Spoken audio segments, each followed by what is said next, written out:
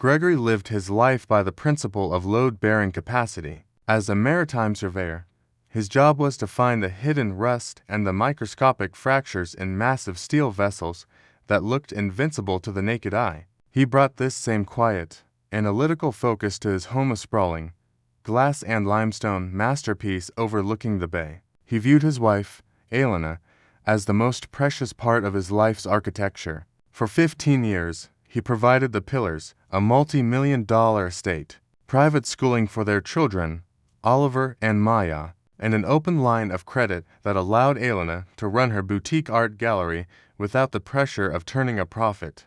Elena, however, saw Gregory's stability as a form of stagnation. To her, the predictability of their life was a slow suffocation. She began to view the house not as a home, but as a vault she deserved to empty. Her betrayal started with small, experimental thefts, diverting gallery insurance payouts into a private offshore account. Soon, the thrill of the theft was matched by the thrill of a secret relationship with Marcus, a charismatic property developer who promised her a life of unscripted passion.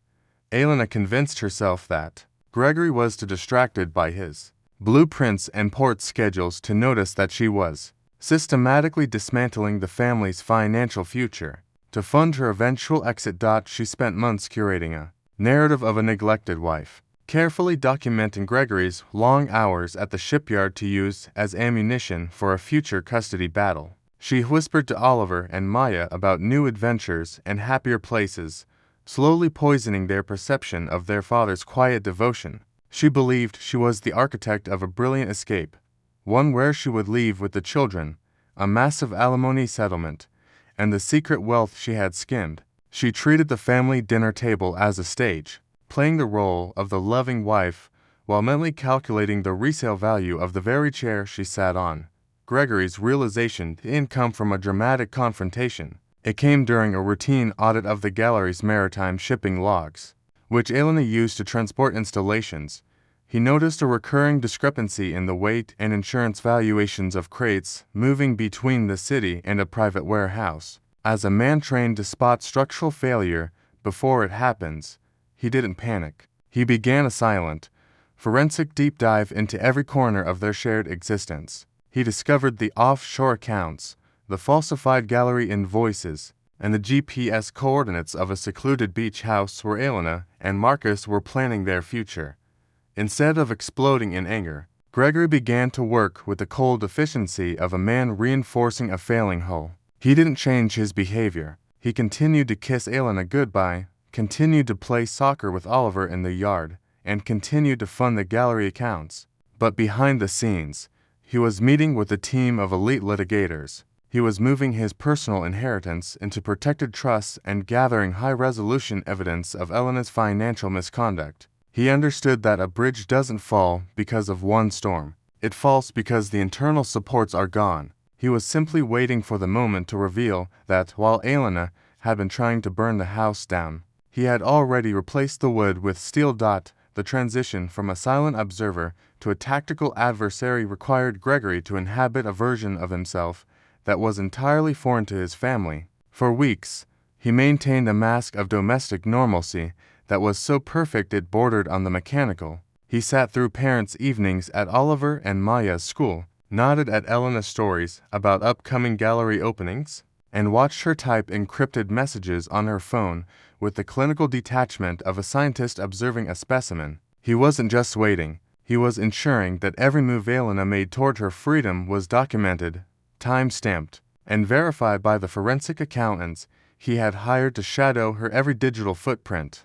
Elena, blinded by her own arrogance and the intoxicating rush of her affair with Marcus, mistook Gregory's quietness for total submission. She began to accelerate her plan, believing she was months ahead of any potential suspicion. She directed her gallery's accountant to a man she had also manipulated to transfer a final, substantial sum from the family's joint investment portfolio into her hidden offshore entity. This was the exit capital, intended to secure her a lifestyle of luxury far away from Gregory's boring maritime world. She felt a sense of triumphant superiority as she watched Gregory eat his dinner every night. Unaware that he was receiving real-time alerts on his smartwatch for every unauthorized transaction she initiated, the true demolition began on a quiet Thursday morning. Elena had planned to spend the day at Marcus's latest development site, scouting art spaces that were actually covers for their long afternoons together. She kissed Oliver and Maya goodbye as they boarded the school bus,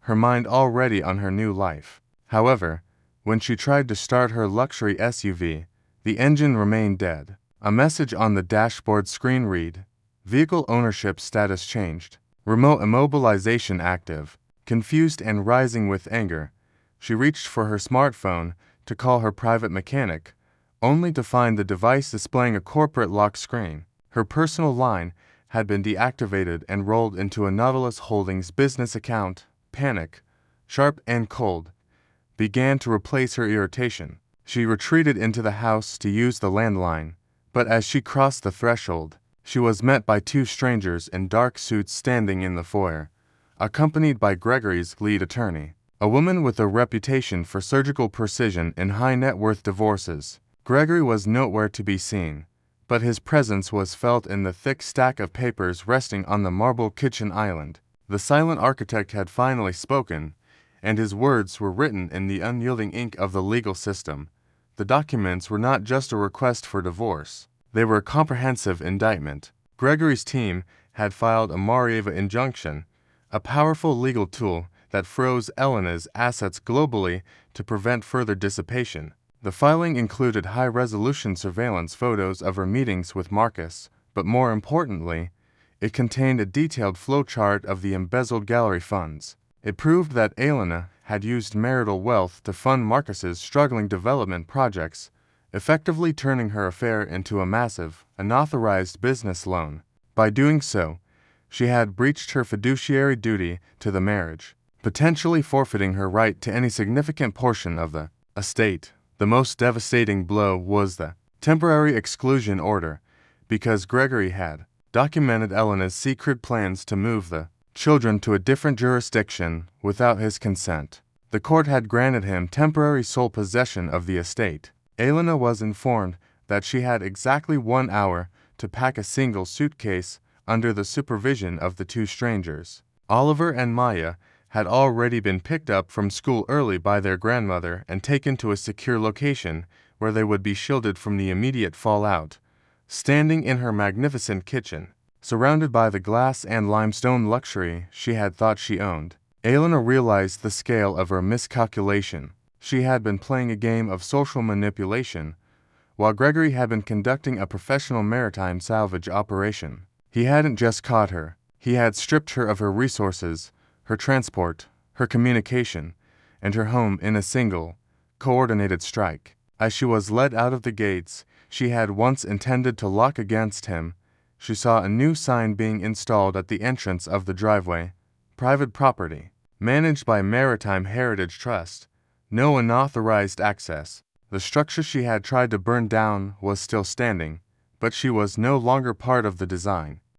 Elena stood on the curb of her former life, clutching a single designer suitcase that now felt like a lead weight. Her first instinct was to call Marcus. In her mind, he was the rugged visionary who would shield her from Gregory's bureaucratic cruelty.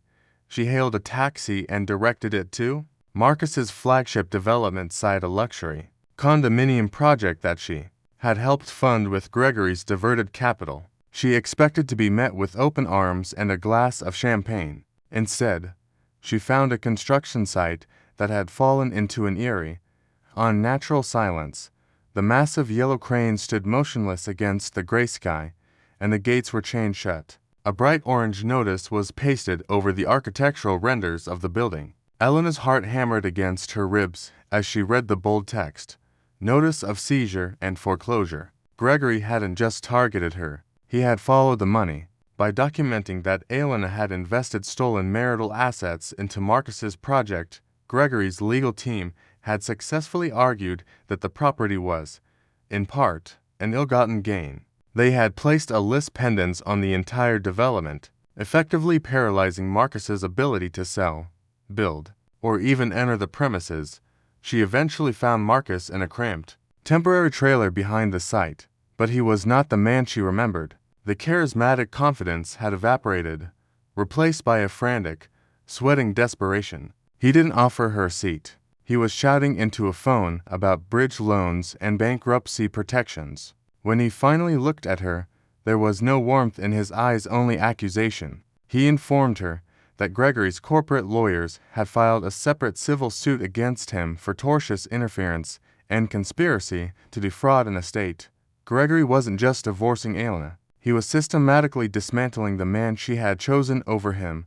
The unscripted passion Elena had craved was quickly replaced by the cold reality of shared ability. Marcus made it clear that he could no longer afford to be seen with her. His lawyers had advised him that any further contact with Elena would be used as evidence of their criminal partnership. He told her, in no uncertain terms, that she was a toxic asset. The man who had promised her a world without limits was now treating her like a leper. He handed her a few $100s in cash, a pittance compared to the millions she had funneled his way, and told her to find a motel. Devastated and alone, Elena retreated to a budget motel on the outskirts of the city, a place that smelled of stale smoke and industrial cleaner. She spent the night staring at the ceiling, waiting for a message from her children. She sent dozens of texts to Oliver and Maya, pleading for them to talk to her, telling them that their father was manipulating the truth. But the silence from their end was absolute. She didn't know that Gregory had sat the children down with a professional child psychologist. He hadn't told them their mother was evil. He had simply shown them the bank statements and the travel logs in a way they could understand. He had framed it as a structural failure of the family, and the children, feeling the weight of their mother's long absences and lies, had chosen the safety of the man who had always been there. By morning, Elena received an email from Gregory's attorney. It wasn't a settlement offer. It was an invitation to a mandatory asset disclosure hearing. The email noted that if Elena failed to account for the missing $400,000 that had yet to be recovered from her offshore accounts, the temporary exclusion from the house would be upgraded to a formal request for a criminal referral for grand larceny. Gregory wasn't negotiating. He was conducting a salvage operation, and he was prepared to leave Elena with nothing but the clothes she had packed in her one suitcase. The boring maritime surveyor had proven that while Elena knew how to paint a beautiful picture, he was the only one who knew how to keep the ship from sinking, and he was perfectly happy to let her drift away into the dark.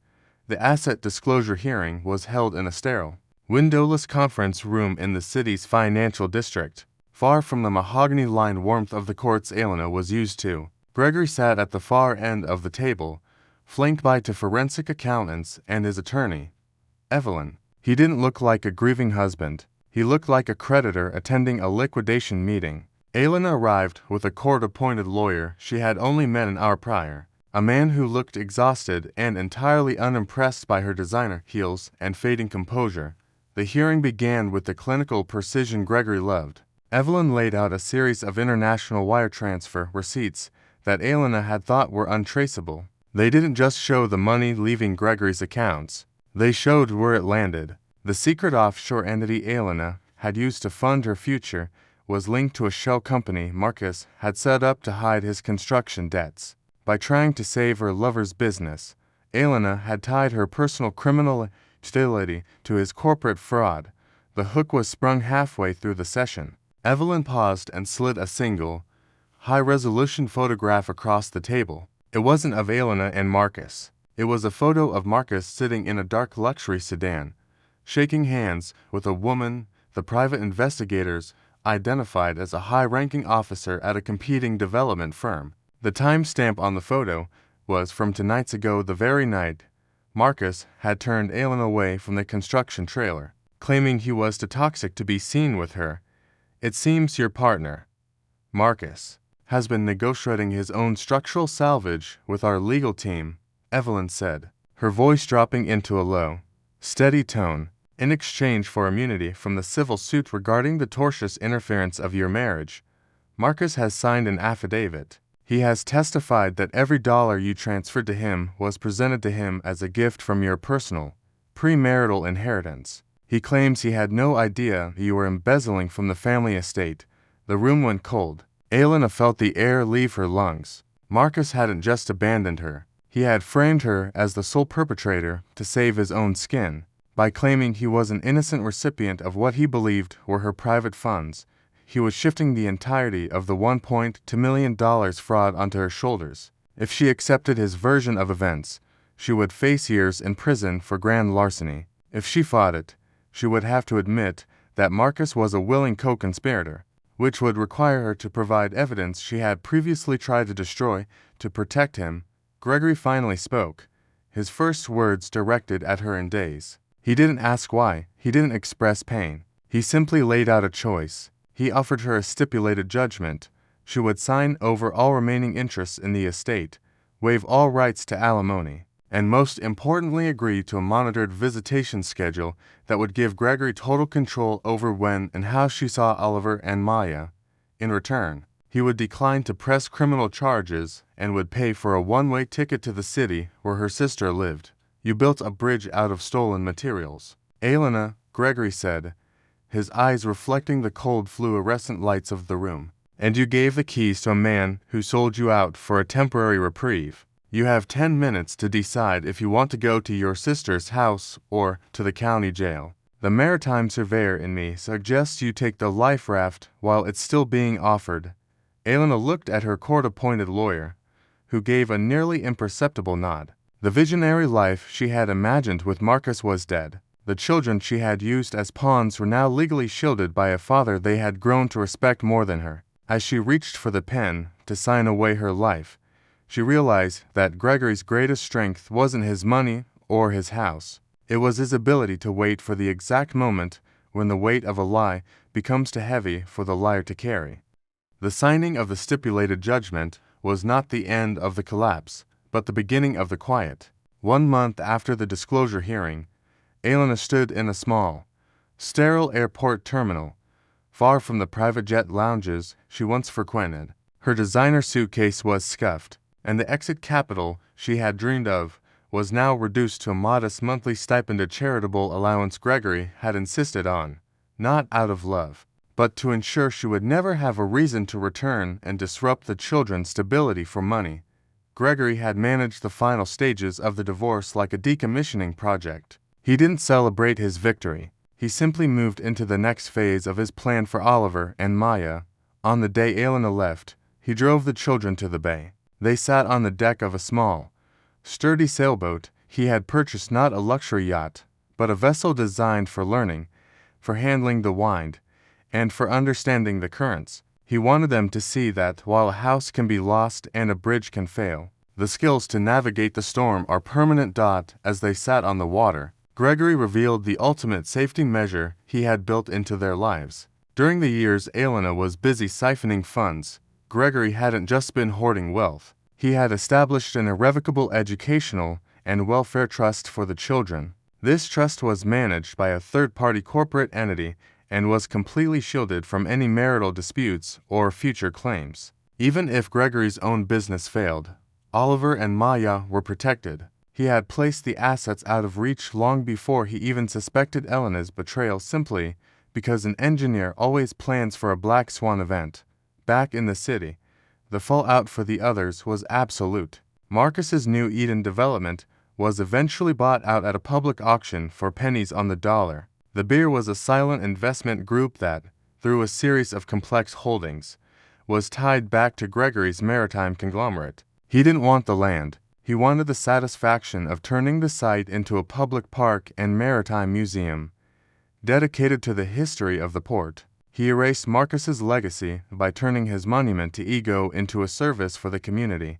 The children adjusted to the new reality with a surprising lack of drama. Children are often more resilient than the adults who try to manipulate them. They recognized that the boring father was the one who kept the lights on, the one who was present for every crisis, and the one who never lied about the math of their lives. They visited Elena during the court-mandated weekends, but the relationship had changed. They saw her now as a guest in their lives, a woman who had prioritized fluidity over their foundation.